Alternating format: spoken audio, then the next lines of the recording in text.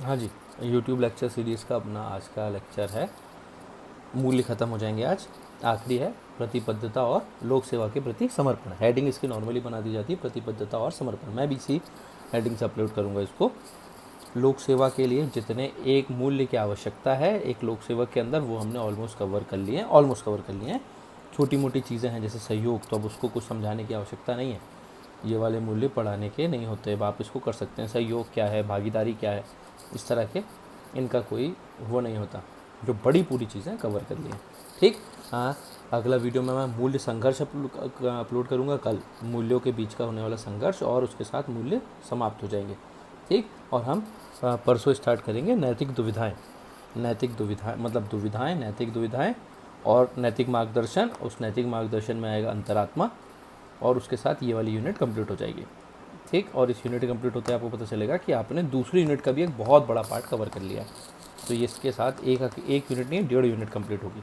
सामवेगिक बुद्धिमत्ता हम zoom classes में कर चुके हैं, ये वाली इसमें हो जाएगी। तो मतलब अगले 3-4 दिन में आपकी एथिक्स की लगभग 2.5 यूनिट कंप्लीट हो जाएंगी। ठीक। हाँ, थोड़ा लोगों को डिज़ाइन करवा लिया मैंने, थोड़ा फैशन के साथ मामला। तो थोड़ा सा इस मामले को स्पीड अप करने की कोशिश करें। इसको कुछ भी ना करें तो जो वीडियो देख रहे हैं इस पर कमेंट ज़रूर करें एंड वो ज़रूर करें, क्या इसको लाइक ज़रूर करें ताकि ये इसकी रीच थोड़ी सी बढ़े। क्योंकि अगर लाइव क्लास में गए हम तो मैं इंटरनल सिक्योरिटी स्टार्ट करूँगा, क्योंकि एथिक्स का मामला गड़बड़ है। आज 4 मई लॉकडाउन का जो तीसरा चरण है या तीसरा बार जो उसकी अवधि बढ़ाई है वो स्टार्ट हो चुका है, जिसको मीडिया ने नाम दिया लॉकडाउन 3.0। रजनीकांत की पिक्चर चल रही है जैसे कोई रोबो 2.0 टाइप सीन बना दिया। कुछ भी कर सकती है भारत की मीडिया। जो कोरोना जैसी वैश्विक महामारी को जातिगत रूप दे सकती है वो कुछ भी कर सकती है। आज मैं दिन भर से टीवी देखा, काफ़ी यही काम है, अब तो वही करते रहते हैं। मुझे कोई एक चैनल ऐसा नहीं दिखा जिसने शराब की दुकानें खोलने का स्पष्टता विरोध किया हो। लाइन लगी है, ये लगी है, वो सब दिखा रहे हैं, स्पष्टता विरोध किसी ने नहीं किया। और एक अजीब सी फीलिंग आई ये वाला चीज़ देख के। मतलब वो फिलोसफिकल बातें नहीं है कि फुकट की बातें कि शिक्षा से ज़्यादा शराब की दुकानें खोल दी और ये कोई पागलपंती की बातें। एजुकेशन इंस्टीट्यूट लंबे टाइम नहीं खुलने वाले और ना ही खुलना चाहिए, क्योंकि ऐसी जगह जहाँ भीड़ इकट्ठी होती है। मंदिर नहीं खुलते क्योंकि वहाँ भीड़ इकट्ठी होती है। शराब की दुकानें खोलिए, कोई बार नहीं खोली जहाँ बैठ के पी सकें। आप लो और घर जाओ। लेकिन हाँ, नहीं खुलनी चाहिए थी किसी भी हाल में, क्योंकि शराब पीने से इम्यूनिटी या प्रतिरक्षा तंत्र कमज़ोर होता है। तो और इसकी जकड़ कोरोना बीमारी की ज़्यादा आसानी से हो सकेगी। ये मैं नहीं, ये साइंस कहता है, जो एक्चुअल बात बता रहा हूँ आपको। और आप यकीन कर सकते हो कि आप लोगों की तुलना में शायद थोड़ी बहुत मेडिकल साइंस में ज़्यादा ही जानता हूँगा ये मान के। तो एक सरकार ने अजीब सा खिलवाड़ किया है। कारण दिया जा रहा है रेवेन्यू। तो दो बातें हैं रेवेन्यू के लिए कि नंबर 1 तो हम लोक कल्याणकारी राज्य है, ना कि आपका वो रेवेन्यू स्टेट की जिसका काम केवल पूंजी बनाना हो। कैपिटलिज्म नहीं है हमारे यहाँ, पूंजीवाद नहीं है कि केवल पैसे के लिए जी रहे हो। लोक कल्याणकारी राज्य है, तो लोक कल्याण और रेवेन्यू में ज़्यादा इंपॉर्टेंट क्या है? एक तो सरकार को ये सोचना चाहिए, और दूसरी बात ये कि आदर्शवादी बात, कई लोग इसको कहते हैं आदर्शवादी बातें अलग हैं। बिना पैसे के देश नहीं चलता, बिना पैसे के सरकार नहीं चलती। तो अगर शराब से ही रेवेन्यू का काम चल रहा है या बिना शराब के शासन चलाने में सक्षम नहीं है, तो शासन को इस्तीफ़ा दे देना चाहिए। अगर आप नहीं हो सक्षम तो आपको इस्तीफ़ा दे देना चाहिए। मैं कोई पार्टीगत आदमी नहीं हूँ, ना कांग्रेस, ना भाजपा, ना सपा, ना आप, ना बसपा। मेरा सीधा सा मानना है सरकार और हमारे बीच में संबंध केवल इतना सा है कि वो सर्विस प्रोवाइडर है और हम उनके कस्टमर। वो किराना दुकान वाले, मैं ग्राहक हूँ। मुझे सुविधा अच्छी दोगे, मैं आपको उसके बदले में चीज़ें दे रहा हूँ। मैं टैक्स दे रहा हूँ, आपको पैसे पे कर रहा हूँ, आप उसके बदले सुविधा दो मुझे। ऑब्वियस सी बात है। और मैं वोट दे रहा हूँ, अपने बंदे चुन रहा हूँ, अच्छा ही है, ये मेरा एक राइट है। और आपका काम, आप हमारे मालिक नहीं हो, आप हमारे बस एक दुकानदार हो आप। अगर हमको ये दुकान पसंद नहीं आएगी हम दूसरी दुकान चले जाएंगे। ना तो कांग्रेस ने किसी ने विरोध किया, ना कांग्रेस शासित राज्यों में इसका विरोध हुआ शराब की दुकानें खोलने का, सब ने खोल दिया। अब बात केवल यहीं आके अटकती, क्या बिना शराब के रेवेन्यू नहीं हो सकता और सरकार नहीं चल सकती?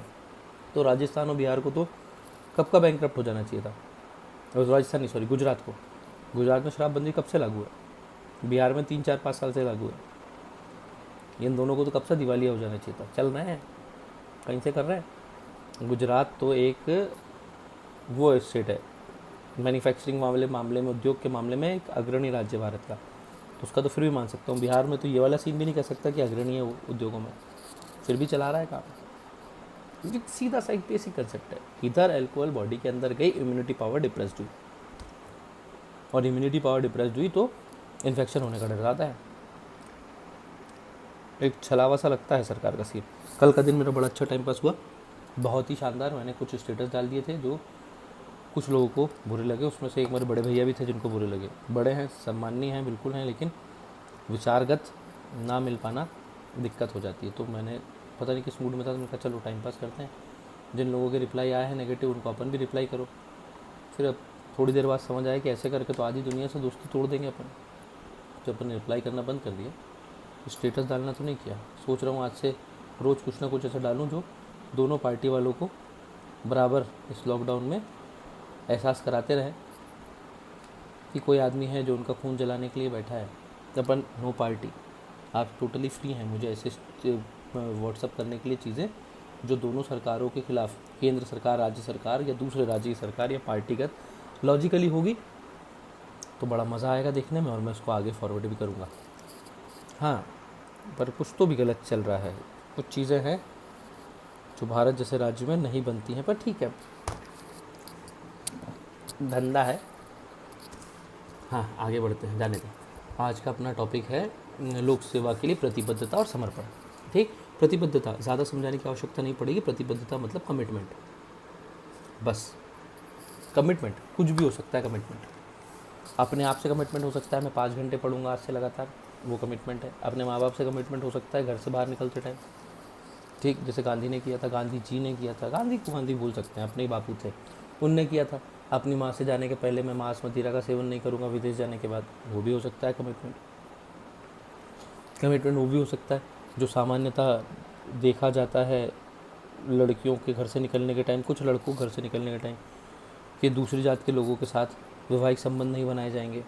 ठीक है, तो ये कमिटमेंट है, कुछ भी कमिटमेंट हो सकता है। कमिटमेंट कोचिंग वालों का कमिटमेंट, आपका कोर्स कंप्लीट करा जाएगा 1 साल में, अब तो लॉकडाउन में कोई नहीं कर सकता, बट सब कमिटमेंट है, ये सब प्रतिबद्धता है।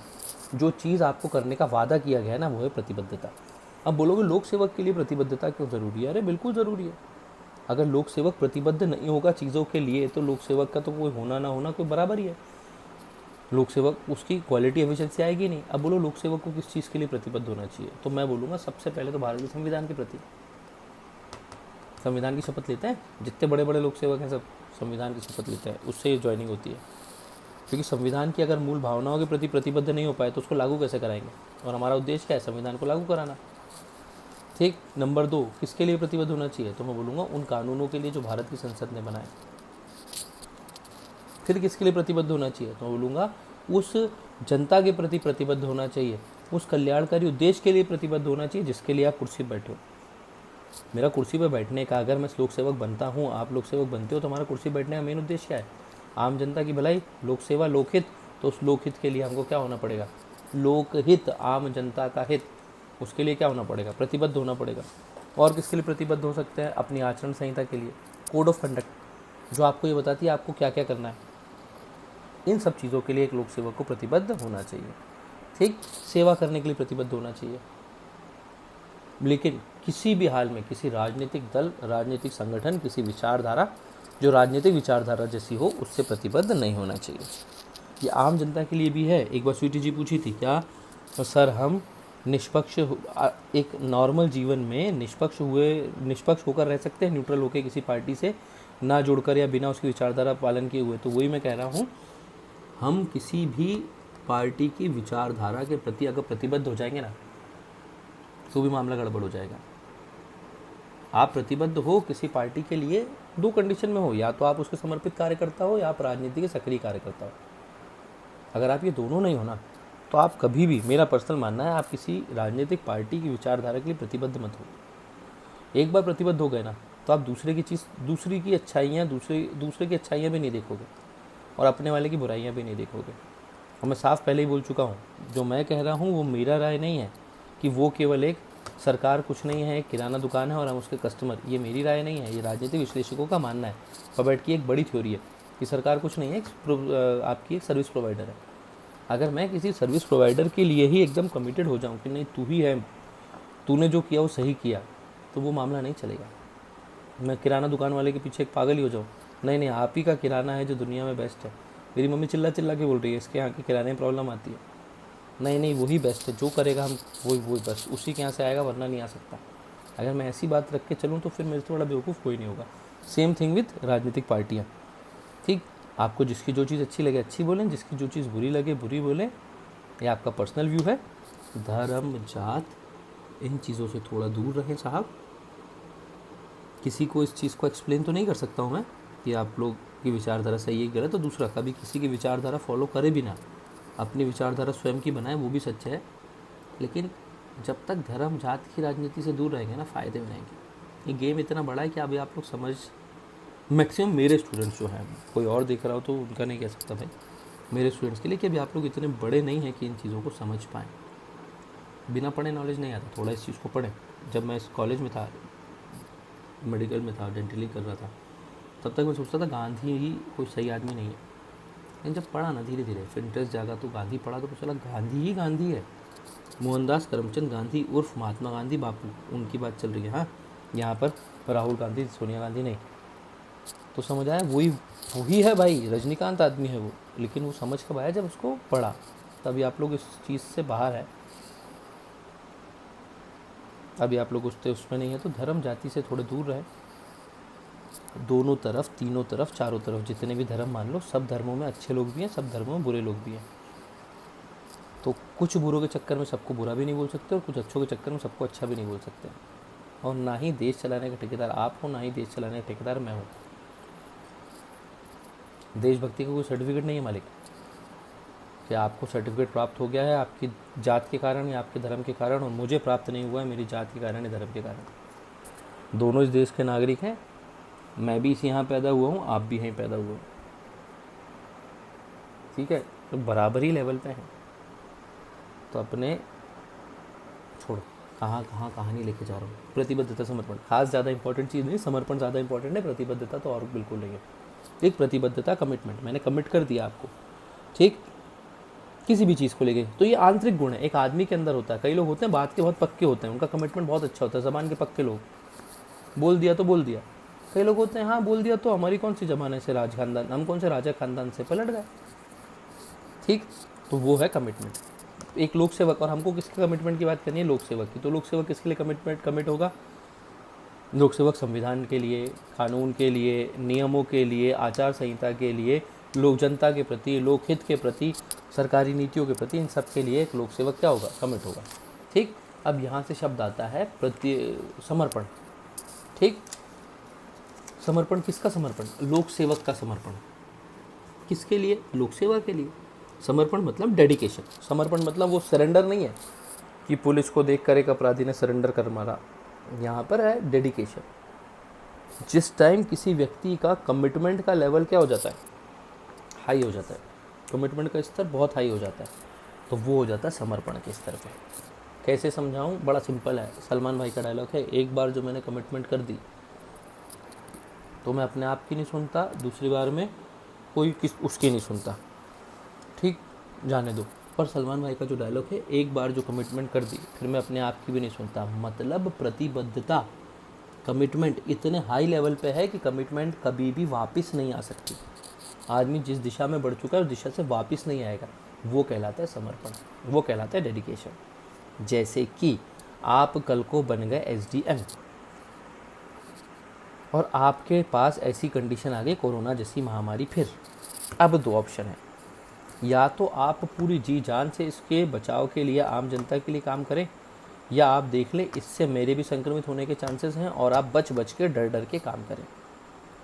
है जो आदमी केवल आम जनता की भलाई के लिए इस टाइम सब कुछ छोड़ छाड़ के, कि नहीं, जैसे कि इस टाइम हमारे पुलिस वाले काम कर रहे हैं, सरकारी सेक्टर्स के डॉक्टर्स काम कर रहे हैं, सफाई कर्मचारी काम कर रहे हैं, बैंक के सेक्टर के लोग काम कर रहे हैं, ये जो काम कर रहे हैं ये लगातार अपने काम में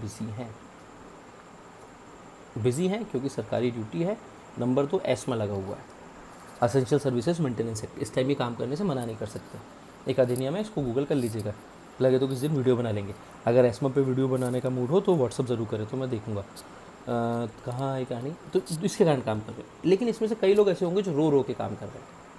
अरे क्या बताएं सर, बैंक जाना पड़ता है सर, बड़ा बेकार सीन है सर, लोग इस टाइम पासबुक एंट्री कराने आ रहे हैं। अरे सर क्या बताएं सर, पुलिस में है सर, जीवन बर्बाद है सर, दिन भर खड़े रहो सर लोगों को रोकते हुए सर।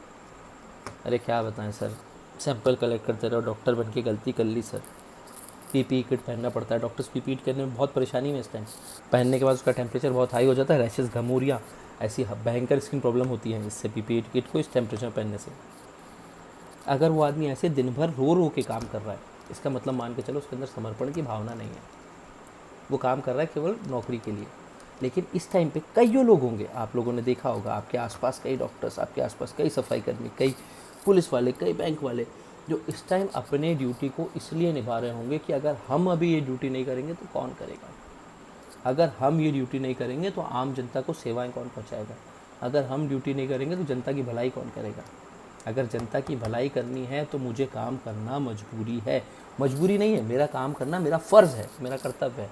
जो लोग अपने काम को, अपने सामाजिक उद्देश्य को, समाज के प्रति जो उद्देश्य मिला है, एक डॉक्टर को समाज के प्रति उद्देश्य मिला है इलाज करना, एक पुलिस वाले का उद्देश्य मिला है समाज को रक्षा करना, उसको सिस्टम में ला के रखना, सफाई कर्मी को उद्देश्य मिला है सफाई करके सैनिटेशन बनाना ताकि लोग बीमार ना पड़े, सब बैंक वालों को उद्देश्य मिला है वित्तीय समावेशन काम करना। जो अपने उद्देश्य के लिए प्रतिबद्धता का ऊंचा स्तर रखते हैं, कमिटमेंट का लेवल क्या रखते हैं, बहुत हाई रखते हैं, और अपना काम इसलिए करके ये मान के करते हैं कि हमारा कर्तव्य है हमको फॉलो करना, वो कहलाते हैं समर्पित व्यक्ति। और यही गुण व्यक्ति का कहलाता है लोक सेवा के लिए समर्पण। ठीक, अब लोक सेवा को किसके लिए समर्पित होना चाहिए, अपने मूल्यों के लिए। लोक सेवा के मूल्य वही सहानुभूति, सत्यनिष्ठा, उत्तरदायित्व, पारदर्शिता, समानुभूति, करुणा, सेवा भाव, इन सब के लिए होना चाहिए। और किसके लिए समर्पित होना चाहिए, उसको समर्पित होना चाहिए भारत के संविधान के प्रति, कानूनों के प्रति, नियम के प्रति, आचार संहिता के प्रति, लोक जनता के प्रति, लोकहित के प्रति, कल्याणकारी योजनाओं के प्रति। वही कहानी है। ठीक, कोई भी लोक सेवक में अगर समर्पण की भावना होगी तो वो ना जात देखेगा, ना धर्म देखेगा, ना लिंग देखेगा, ना भाषा देखा, ना जन्म स्थान देखेगा, और अपना काम बिल्कुल निरंतर अपने कर्तव्य समझकर करता रहेगा। सब गुण आपस में मिलें। जिस व्यक्ति में समानुभूति की भावना है, जिसमें समानुभूति है, दर्द समझ सकता है बिना स्व और पर का अंतर किए, उसमें समर्पण की भावना तीव्र होगी। एक बड़ा अच्छा वीडियो आया है, एक जो पुलिस में है एक महानुभाव, घनश्याम दांडिंग करके, शायद ऐसे ही नाम है, घनश्याम तो कन्फर्म है, सरनेम थोड़ा सा भटक रहा हूँ मैं। एमपी के हैं, मंदसौर बॉर्डर की तरफ से कहीं से मजदूरों को लेके आ रहे थे, और उस बंदे को लगा मजदूर बहुत ज़्यादा दिक्कत में है, तो जेब में 15,000 रुपये रखे थे, उसने 500-500 रुपये हर मजदूर को दे दिए कि आप प्लीज़ इसको लें और अपना जितना आगे का सफ़र है उसको कंप्लीट करें ताकि आपके टाइम कट जाए। ये समर्पण है। समानुभूति है तो पैसे दिए, और समर्पण अपनी नौकरी के प्रति कि मैं आम जनता की सेवा के लिए ही हूँ इस पोस्ट पे, ये समर्पण का एक उच्च वो है समर्पण। फिर वही समर्पण में एग्जांपल मैं लूँगा मदर टेरेसा का। समर्पण था, डेडिकेशन था अपने काम के लिए, आम आदमी के केवल दुख मिटाने के लिए आई हूँ मैं, समर्पण था। गौतम बुद्ध साहब, सब ने सुना होगा वो कहानी, the monk who sold his Ferrari, robin Sharma ने लिखी है। वो एक्चुअली गौतम बुद्ध के जीवन पर आधारित है कि ये एक बार एक शहर में जा रहे थे तो इन्हें एक वैश्या मिली, मुझे नाम नहीं याद आ रहा उनका, कि जो मिली और उनने इनको बोला कि मेरे पास आओ। तो गौतम बुद्ध ने बोला, मेरी इंग्लिश की किताब में थी ये स्टोरी, तो मुझे वहाँ से याद है। तो उसने, जब वो जवान थी वैश्या, तो उन्होंने गौतम बुद्ध को बोला आप मेरे पास आओ। तो गौतम बुद्ध ने उनको आंसर दिया, when the time will ripe I will come to you to heal your wound, and ऐसे कुछ, इससे ज़्यादा याद नहीं, अपन सरकारी हिंदी मीडियम के इतना याद रह गया, वही बहुत है। तो उन्होंने बोला था समय आने दो, जब समय आएगा मैं तुम्हारे पास आऊँगा तुम्हारे घाव पे मरहम लगाने के लिए। लिटरेचर से अपना शौक हमेशा से भारी रहा, तो वो आज तक याद रह गया। समर्पण था। जितने लोग, बाद में गौतम बुद्ध को वापस वो महिला मिली, वह बुद्ध भगवान ने जब देखा तब वो लेप्रोसी या कोढ़ से पीड़ित थी, तो उनकी जाकर सेवा की, और गौतम बुद्ध के ही आसपास उनके प्राण भी त्याग हुआ, तो वो महिला का, तो वो समर्पण था कि मैं हर दुखियारे के दर्द मिटाने के लिए ही आया हूँ, या यही मेरा काम है कि मैं इसकी सेवा करूँगा। ठीक, विवेकानंद साहब, वो भी समर्पण था। विवेकानंद साहब का समर्पण अगर आपको याद हो तो, कि हर दरिद्र, पीड़ित, शोषित ही मेरा नारायण है। दरिद्र नारायण का कंसेप्ट ही अपने आप में समर्पण है। दरिद्र नारायण, जो दरिद्र है वही नारायण है। जो समाज में वंचित है, पिछड़ा है, भूखा है, गरीब है, बीमार है, वही क्या है, उसमें भगवान वास करते हैं, दरिद्र नारायण। वो समर्पण था कि दरिद्र नारायण की सेवा ही मेरा एक लक्ष्य है, वो भी समर्पण है अपने लक्ष्य के प्रति। ठीक। समर्पण से क्या क्या फ़ायदे होते हैं लोक सेवा में? नंबर 1 तो टारगेट ओरिएंटेड हो जाता है आदमी। ठीक। जो समर्पण है आप उसके लिए काम करोगे। अब आपका समर्पण लोक सेवा है, लोकहित है, तो आप जनता की भलाई करोगे। ठीक। समर्पण से अगर आपका समर्पण है, आप जैसे हम आर्ट ऑफ लिविंग ज्वाइन किया था मैंने एक टाइम, अभी भी कई बार मैं मेडिटेशन कर लेता हूँ, रेगुलर तो नहीं हो पाता। वहाँ पे एक टीचर है, अब टीचर है, उस टाइम टीचर नहीं थी, मीनल दी हम सब वॉलंटियर थे, काम करते थे, पर हम निकम्मे जैसे काम करते थे।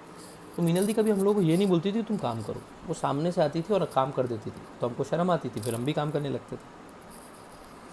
समर्पण से, उनका समर्पण था इस लक्ष्य के लिए कि सब लोगों को जोड़ा जाए आर्ट ऑफ लिविंग से। उनके समर्पण से क्या होता था ना, वो आगे आके काम करती थी।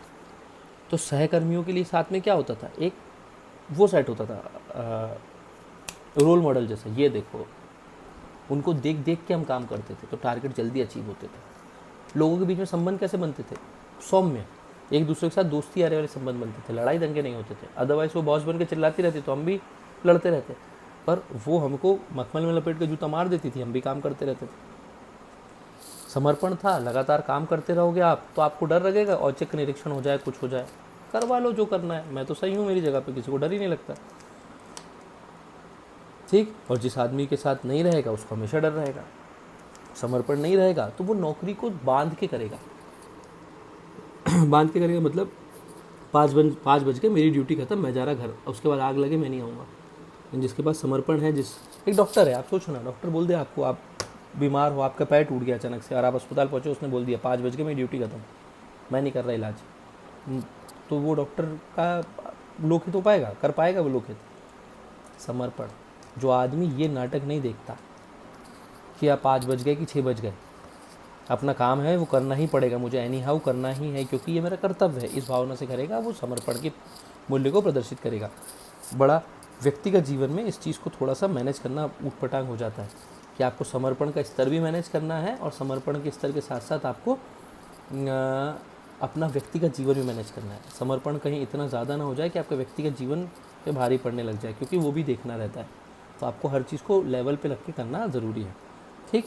समर्पण या प्रतिबद्धता बढ़ाने के तरीके क्या क्या हो सकते हैं? अपन हमेशा से पढ़ते आ रहे हैं, सत्यनिष्ठता से वही चीज़ छापनी है।